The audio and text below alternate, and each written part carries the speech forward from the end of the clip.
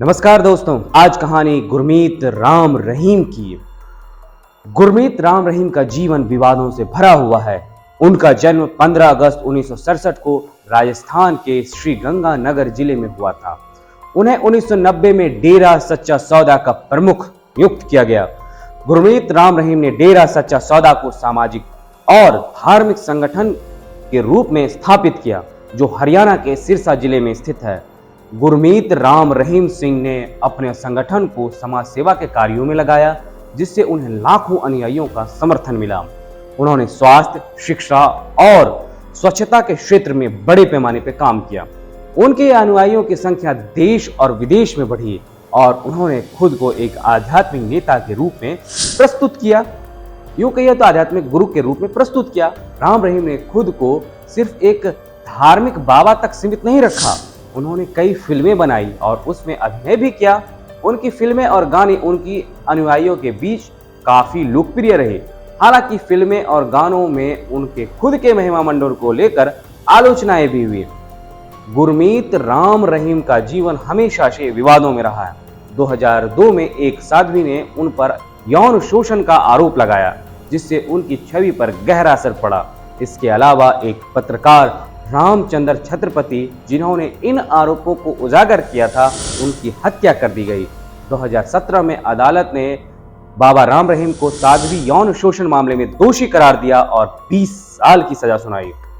इस फैसले के बाद उनके अनुयायियों ने सड़क पर जमकर हिंसा मचाई, जिसमें कई लोग मारे गए और बड़े पैमाने पर संपत्ति का नुकसान हुआ। गुरमीत राम रहीम फिलहाल जेल में बंद है, लेकिन समय समय पर उन्हें पैरोल पर रिहा किया जाता है। उनकी रिहाई हर बार विवादों का कारण बनती है।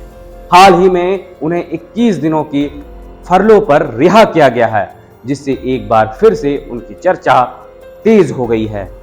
राम रहीम का जीवन एक उदाहरण है कि कैसे एक आध्यात्मिक बाबा विवादों और कानूनों के शिकंजे में फंस सकता है।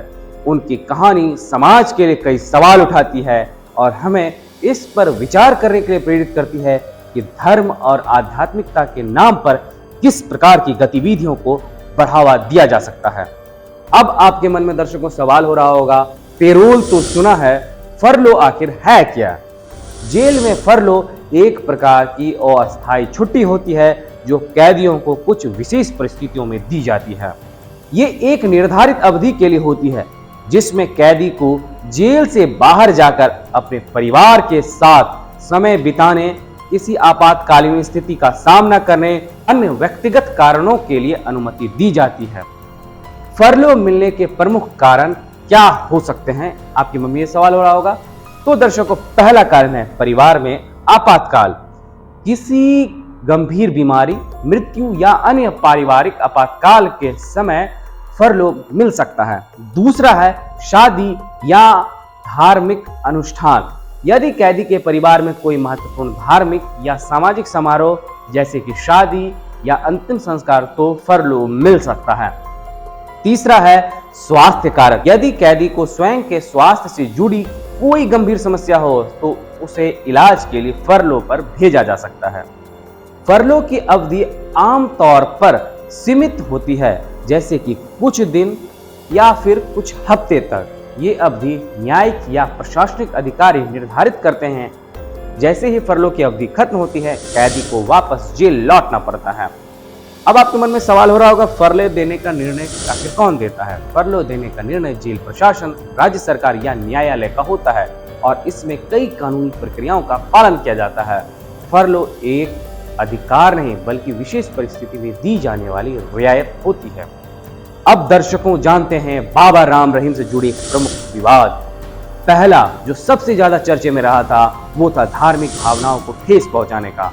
बाबा राम रहीम पर 2007 में आरोप लगा कि उन्होंने सिख गुरु गोविंद सिंह की तरह कपड़े पहनकर सिख समुदाय की धार्मिक भावनाओं को ठेस पहुंचाए। इस कारण उनके खिलाफ कई विरोध प्रदर्शन हुए और कानूनी विवाद खड़ा हुआ। दूसरा, बलात्कार का मामला। 2017 में राम रहीम को 2 साधुओं के साथ बलात्कार करने का दोषी पाया गया और उन्हें 20 साल की सजा सुनाई गई।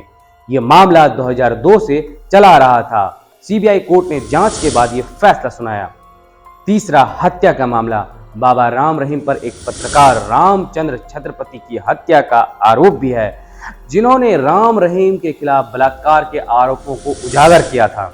2019 में उन्हें इस हत्या के मामले में दोषी पाया गया और आजीवन कारावास की सजा दी गई। चौथा, जबरन बंध्याकरण का मामला। बाबा राम रहीम पर यह भी आरोप है कि उन्होंने अपनी अनुयायियों को जबरन बंध्याकरण यानी नसबंदी के लिए मजबूर किया। बाबा राम रहीम के अनुयायियों का दावा है कि ये उनके मोक्ष के लिए जरूरी है।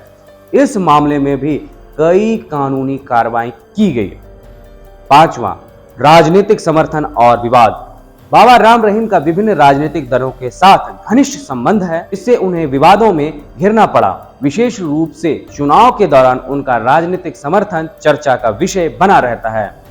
इन सभी विवादों के कारण बाबा राम रहीम और उनके संगठन डेरा सच्चा सौदा को व्यापक आलोचनाओं का सामना करना पड़ता है।